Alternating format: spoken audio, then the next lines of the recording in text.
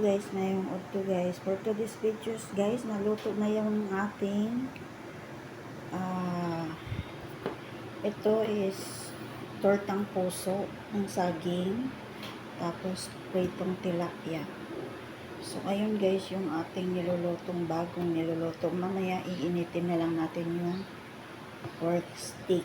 So ayan, sa gustong magluto ng puso na kagaya ng ganito, ayan guys, para lang din siyang giniling, nalalagyan nyo siya ng kung anik-anik. Anik-anik yung mga ingredients niya.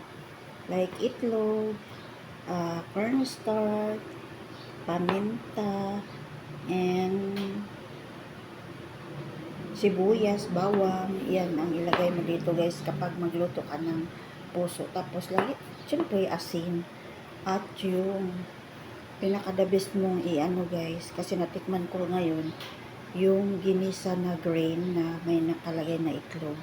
Yun para sa mga ulam-ulam talaga yun siya na ginisa. Mix. So yun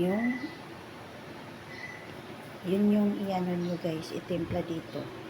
Ito rin ginilagyan ko rin siya. So malasang malasa siya. Itong mga niluto ko ngayon guys, malasang malasa talaga siya.